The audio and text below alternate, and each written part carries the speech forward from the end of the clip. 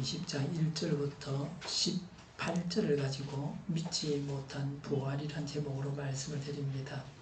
부산 영도 한 수리 조선소에 정박 중인 러시아 원양어선에서 확진 판정을 받은 사람이 32명이 나왔습니다. 러시아 선원들이죠.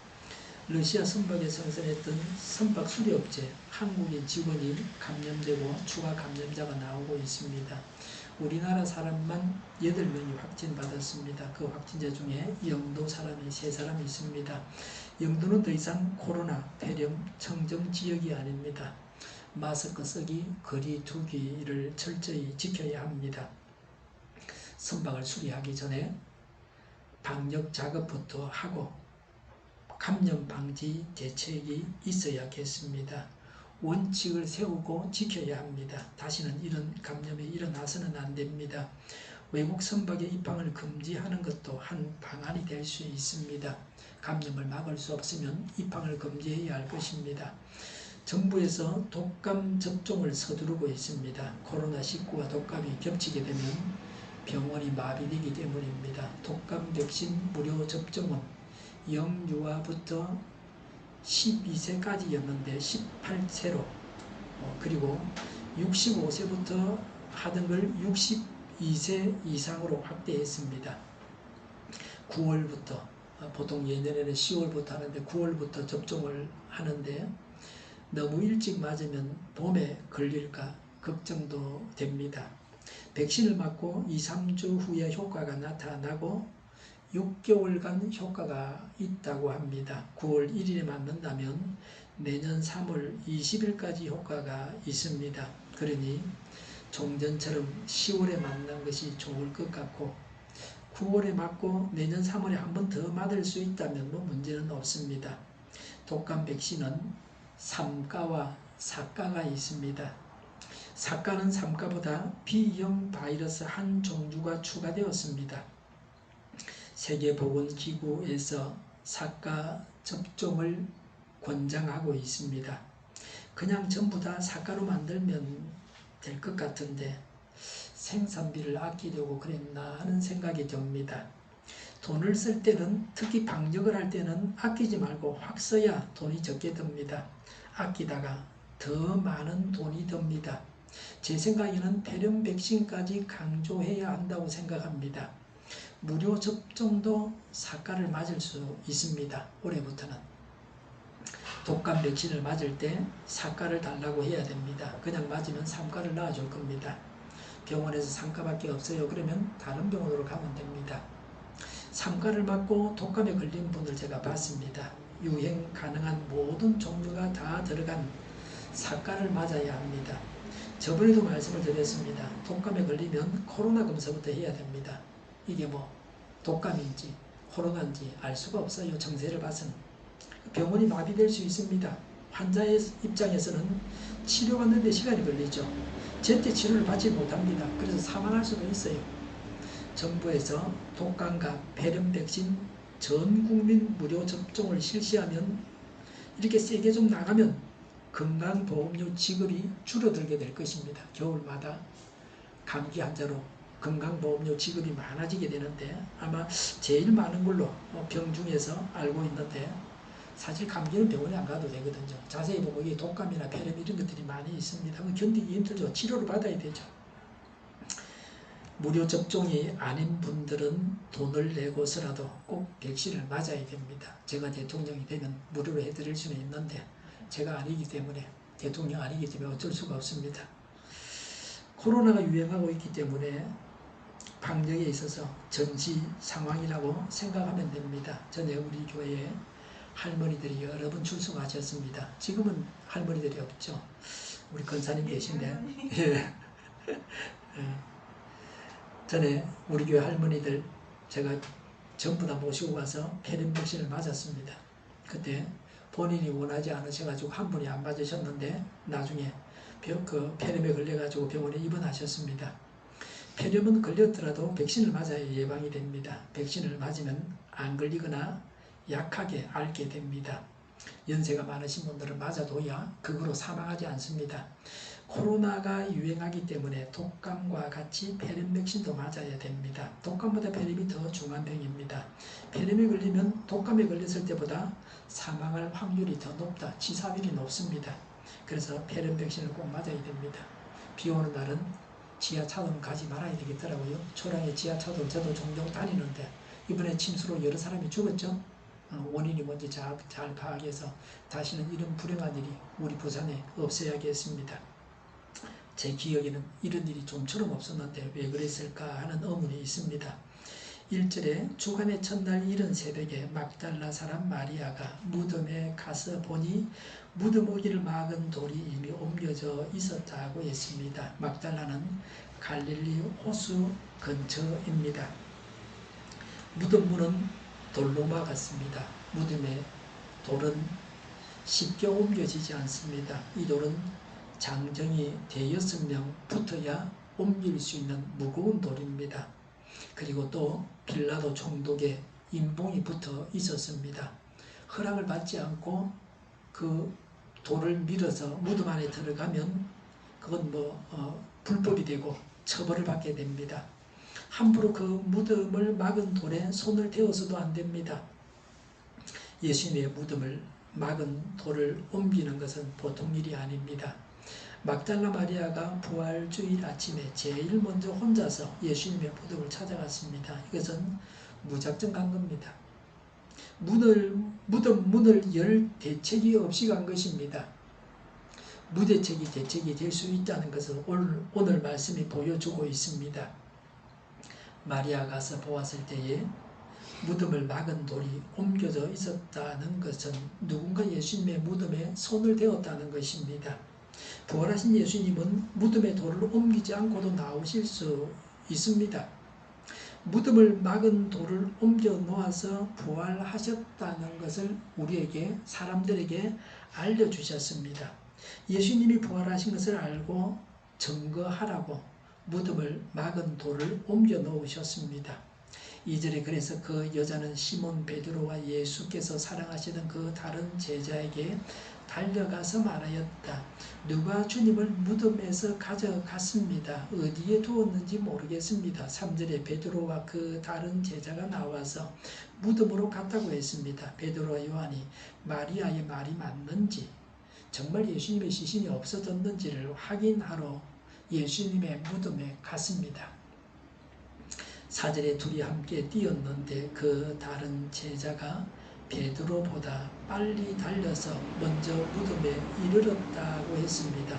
그때 일을 자세하게 기록하고 있습니다. 요한복음을 기록한 사도 요한이 자기가 경험한 일이라 자세하게 기록했습니다. 그 다른 제자가 바로 사도 요한입니다. 그 요한이 요한복음을 기록할 당시에 자기라고 해버리면 그게 증거가 확실해져서 그 박해를 받을 수 있기 때문에 이렇게 표현했다고 볼 수 있습니다. 베드로 이름을 기록한 것은 그 당시 베드로가 아마 순교한 이후라 베드로에게 별 문제가 되지 않아서 이름을 밝혔다. 그렇게 볼 수도 있습니다. 뛰기는 요한이 빨랐습니다. 요한이 무덤에 먼저 도착했습니다. 그러나 무덤 안에는 베드로가 먼저 들어갔습니다. 요한은 신중한 사람입니다. 요한은 무덤 안에 들어가는데 시간이 걸렸습니다.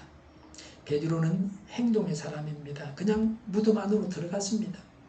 베드로와 요한 중에서 누가 더 나은 사람입니까? 누가 더 잘했습니까? 사실은 다 필요합니다. 행동의 사람도 필요하고 신중하고 깊이가 있는 사람도 필요합니다. 이런저런 사람이 다 있어야 경쟁력이 있습니다. 각자 자신의 능력을 다 발휘해야 합니다. 때에 따라서 이런 사람 저런 사람이 사용되어집니다. 상호 존중하고 배려하는 것이 필요합니다. 나만 최고라고 생각하는 자만심이 교만이 되어서 망해서는 안 됩니다. 자기 잘못은 모르고 자기가 잘한 것만 기억하고 있어서는 안 됩니다. 5절에 그런데 그는 몸을 굽혀서 삼배가 놓여 있는 것을 보았으나 안으로 들어가지 않았다. 6절에 시몬 베드로도 그를 뒤따라왔다. 그가 무덤 안으로 들어가 보니 삼배가 놓여 있었고 7절에 예수의 머리를 싸맸던 수건은 그 삼배와 함께 놓여 있지 않고 한 곳에 따로 개켜 있었다고 했습니다. 예수님의 무덤에 시신은 없고 예수님의 머리를 싸맸던 수건은 삼배와 따로 개켜 있었습니다. 잘 개어져 있었다. 아무렇게나 놓아져 있지 않고 말이죠. 예수님의 무덤이 정돈되어 있었습니다. 8절에 그제서야 먼저 무덤에 다다른 그 다른 제자도 들어가서 보고 믿었다. 9절에 아직도 그들은 예수께서 죽은 사람들 가운데서 반드시 살아나야 한다는 성경 말씀을 깨닫지 못하였다고 했습니다. 베드로와 요한은 예수님이 무덤에 가서 현장을 보고서 막달라 마리아가 예수님의 시신을 도난당했다고 한 말을 믿었습니다. 나도 가서 보았더니 그러하더라고 해야 더 신뢰할 만합니다. 그 사람이 그렇게 말하더라고 한 것과는 다릅니다.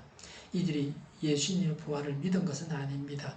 제자들이 예수님의 부활을 깨닫게 되는 것은, 제대로 알게 되는 것은 부활하신 예수님을 만나고 예수님의 가르침을 받고 오순절 성령 강림 후입니다. 어떤 방면에서든지 천재가 있습니다. 예수님의 가르침을 잘 받아서 서성을 놀라게 하는 자가 있어야 되는데, 그런 천재가 있어야 되는데 말이죠. 천재에 대해서 계절이 되기 전에 미리 익은 과일이라고 말하기도 합니다. 그런데 예수님을 따르는 자 중에는 천재가 없었습니다. 신앙생활을 월등하게 잘하는 제자가 없었습니다. 막달라 마리아는 예수님을 열렬히 사랑했습니다. 그러나 역시 예수님의 부활을 믿지는 못했습니다. 이것이 한계였습니다. 예수님은 자신이 부활하신다고 수차례 말씀하셨지만 듣는 사람들은 제자들을 포함해서 다 믿지를 않았습니다. 믿지 못하겠으면 질문이라도 하면 될 터인데 그렇게 하지도 않았습니다. 아마도 예수님이 죽으신다는 사실을 받아들이기가 어려웠던 것 같습니다. 죽으시고 부활하시는데 예수님의 죽으심에 대해서 말하기가 어려웠던 것 같습니다. 10절에 그래서 제자들은 자기들이 있던 곳으로 다시 돌아갔다고 했습니다. 베드로와 요한은 더 이상 지체하지 않고 예수님의 시신이 무덤 안에 없다는 것을 확인하고 예수님의 무덤을 떠나갔습니다. 베드로와 요한은 여기서는 같이 행동했습니다. 그래서 막달라 마리아와는 달랐습니다. 마리아의 역할이 있고 베드로와 요한의 역할이 있습니다. 베드로와 요한이 해야 할 일이 있고 마리아가 해야 할 일이 있습니다. 베드로와 요한 이 두 사람도 가는 인생길이 각기 다릅니다. 베드로는 순교하고 요한은 장수하지만 순교자와 같은 삶을 살았습니다. 하나님 안에서 모든 믿는 자들이 다 자기에게 주어진 일이 있고 또 자기의 길이 있습니다. 11절에 그런데 마리아는 무덤 밖에 서서 울고 있었다고 했습니다. 막달라 마리아의 애절함을 드러내고 있습니다. 마리아가 할 수 있는 일이 더는 없었습니다. 대책이 없었습니다. 사람에게는 방법이 없습니다. 그래서 마리아는 여인으로서 울고 있었습니다. 울었다는 것은 대성통곡했다는 것입니다. 마리아는 예수님의 시신이 훼손되는 것을 우려했습니다. 11절에 울다가 몸을 굽혀서 무덤 속을 들여다보니 라고 했습니다. 하나님께서 이런 마음을 주셨습니다. 이미 들어가서 봤는데 다시 쳐다봤습니다. 보고 또 봤습니다. 관찰은 중요합니다. 자꾸 보면 보이지 않던 것이 보이는 때도 있습니다. 전문가가 되면 비전문가가 보지 못하는 것을 봅니다. 베드로와 요한은 한 번 와서 보고 갔습니다. 그래서 베드로와 요한이 보지 못한 것을 마리아는 보게 됩니다. 하나님은 보고 또 보는 사람에게 기회를 주셨습니다. 12절에 흰옷을 입은 천사 둘이 앉아 있었다. 한 천사는 예수의 시신이 놓여있던 자기 머리맡에 있었고 다른 한 천사는 발치에 있었다고 했습니다. 마리아는 예수님의 무덤 안에서 두 천사를 보았습니다. 마리아는 운다고 천사를 보고도 두려워하지 않았습니다. 간절히 참는 자가 찾게 되었습니다.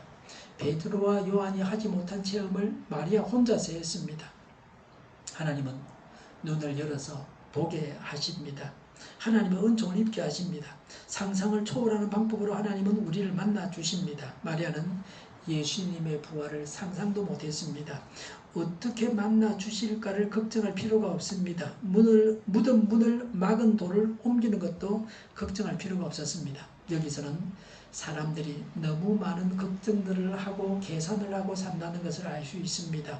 내가 하지 못하는 것은 하나님께서 다 해주십니다. 그래서 우리가 행복하게 살아가고 있습니다. 내가 할 수 없는 일을 걱정해서는 안 됩니다. 사람이 해야 하고 할 수 있는 일을 하지 않는 것이 문제입니다. 사람이 할 수 없는 일은 하나님께서 해 주실 수밖에 없습니다. 13절에 천사들이 마리아에게 말하였다. 여자여 왜 우느냐? 마리아가 대답하였다. 누가 우리 주님을 가져갔습니다. 어디에 두었는지 모르겠습니다. 라고 했습니다. 여기에는 천사들의 대답은 없습니다. 이제 곧 마리아도 알게 되기 때문입니다. 구태여 답을 하지 않아도 되는 경우입니다. 말을 해서 혼란스럽게 해서는 안 됩니다. 간단 명료하게 하는 게 좋습니다. 설명이 길면 어려워집니다. 필요한 말만 해야 됩니다. 홈플러스에서 또 은행에서 문자가 왔는데 너무 깁니다. 그러니 대충 보고 중요하지 않은 것이라 여겨지면 그냥 지워버립니다. 별로 도움이 안 되면서 길기만 한 것은 좋지 않습니다. 읽기 힘들단 말이죠. 요새 볼 게 얼마나 많습니까?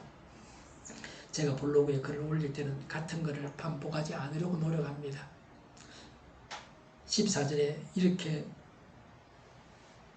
말하고 뒤로 돌아섰을 때에 그 마리아는 예수께서 서 계신 것을 보았지만 그가 예수이신 줄을 알지 못하였다. 15절에 예수께서 마리아에게 말씀하셨다. 여자여 왜 울고 있느냐? 누구를 찾느냐? 마리아는 그가 동산지기인 줄 알고 여보세요. 당신이 그를 옮겨 놓았거든 어디에다 두었는지를 내게 말해주세요. 내가 그를 모셔가겠습니다 하고 말하였다고 했습니다. 마리아는 예수님을 보고도 예수님인지 알아보지 못했습니다. 예수님을 동산지기로 알았습니다. 마리아가 그렇게도 예수님의 시신을 찾고 있었는데 마리아는 살아계신 예수님을 앞에 두고도 알아보지를 못했습니다. 예수님께서 부활하신 것을 믿지 못한 자입니다. 신앙적으로 미숙한 자입니다. 단지 예수님을 매우 사랑하기만 했습니다. 그런데 예수님은 이런 자를 사랑하셔서 만나주셨습니다. 하나님은 우리가 부족해도 우리를 사랑하십니다. 문제는 예수님이 나타나셨지만 알아보지 못했다는 것입니다. 예수님은 부활하셔서 영광의 몸, 시공을 초월하는 완전한 몸을 입으셨습니다. 그래서 마리아가 금방 알아보지 못했을 수도 있습니다. 우리도 예수님처럼 이렇게 부활하게 됩니다. 예수님의 부활을 믿고 우리도 부활할 것을 믿어야 합니다. 하나님은 어디에 계십니까? 우리 안에 계십니다. 믿음이 없는 사람은 하나님이 우리 안에 계신다는 것을 알지 못합니다. 우리가 잘 아는 대로 우리가 도와야 할 사람이 바로 우리를 찾아오신 예수님이십니다. 어떤 사람이 꿈에 예수님께서 자기 집에 오시겠다는 말씀을 듣고 많은 맛있는 음식을 준비해 놓고 예수님을 기다렸습니다. 그런데 거지가 찾아왔습니다. 그는 거지를 내쫓았습니다. 우리 주님을 대접하려고 하는데 재수 없이 거지가 왔다고 했습니다. 그날 밤에 꿈에 예수님이 나타나셔가지고 내가 너희 집에 갔는데 네가 나를 내쫓았다고 하셨습니다. 그 거지의 모습으로 예수님께서 찾아오신 것입니다. 우리가 상대하기 싫은 바로 그 사람, 더럽고 냄새나고 상대하기 싫은 사람, 우리가 섬겨야 할 사람이 바로 예수님입니다. 그래서 예수님은 마지막 날에 너희가 나를 돌보았다고 하실 것이라고 하셨습니다. 우리에게 찾아오신 예수님을 알아보아야 합니다. 내가 줄 수 있는 사람이, 내가 도와줄 수 있는 사람이 내게 오신 예수님이십니다. 16절에 예수께서 마리아야 하고 부르셨다. 마리아가 돌아서서 히브리 말로 라보니 하고 불렀다. 그것은 선생님이라는 뜻이다 그랬습니다. 간주에는 라보니가 히브리 말이 아니라 아람어라고 했습니다. 예수님이 마리아야 부르는 음성을 듣고 마리아는 예수님에게 선생님하고 불렀습니다. 마리아는 예수님의 음성을 듣고 알았습니다. 양은 목자의 음성을 듣고 자기 목자를 따라갑니다. 지금도 우리 각자를 향해서 예수님께서 말씀하십니다. 우리의 목자 대신 하나님께서 우리에게 말씀하십니다. 하나님의 음성을 듣고 하나님의 지시대로 살아가야 합니다. 누구의 음성을 듣느냐 하는 것이 중요합니다. 마귀의 소리를 듣고 행하는 자는 마귀의 종입니다. 하나님의 음성을 듣고 행하는 자는 하나님의 사람입니다. 하나님의 말씀을 아는 자가 되어야 합니다. 17절에 예수께서 마리아에게 말씀하셨다. 내게 손을 대지 말아라 고 하셨습니다. 예수님에게 손을 대지 말라는 것은 예수님께 매달리지 말라고 번역할 수 있습니다. 만질 수 없는 몸이라는 뜻이 아닙니다. 예수님은 부활하셔서 몸을 가지셨습니다. 사람이 만질 수 있는 몸을 가지셨습니다. 그러나 지상에 계실 때처럼 계속 같이 있을 수는 없었습니다. 예수님은 아버지께로 가셔야 합니다. 17절에 내가 아직 아버지께로 올라가지 않았다고 하셨습니다.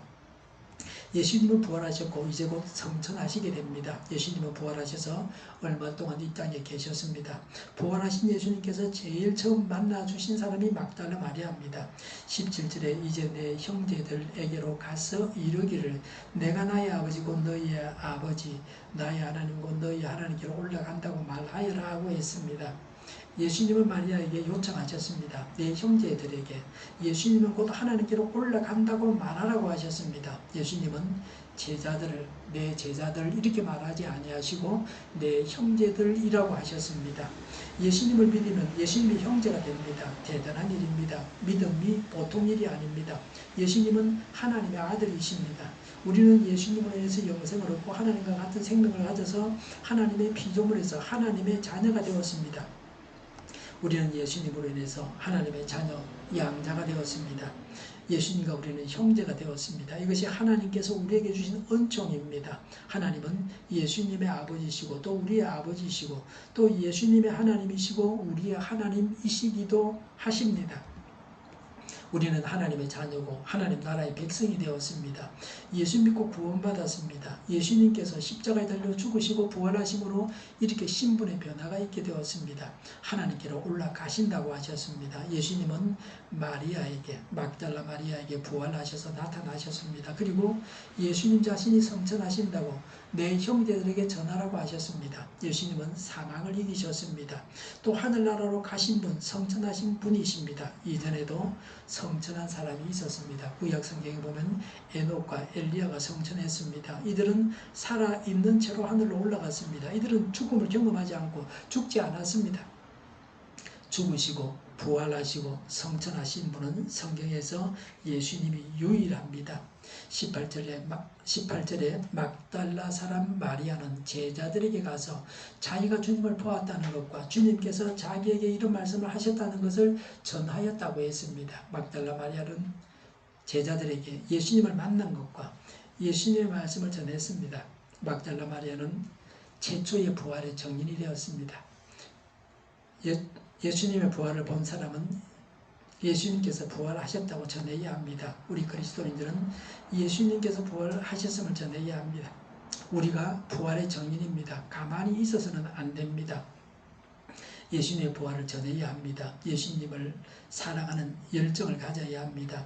예수님은 죽으시고 부활하셨습니다. 부활의 진리를 온전히 깨달아야 합니다. 부활을 믿고 소망을 가져야 합니다. 하나님을 찾고 하나님을 알아보아야 합니다. 예수님의 음성을 듣고 목자 되신 예수님의 말씀을 따라서 살아가야 합니다. 부활하여 성천하신 예수님을 전가하고 예수님과는 형제라는 새 지위를 주신 하나님께 마땅한 감사와 찬양을 돌리고 이에 합당하게 살아가야 합니다. 하나님의 음성을 듣고 하나님께 순종하고 하나님을 찬양하고 예수님의 부활을 전해야 되겠습니다. 기도하겠습니다.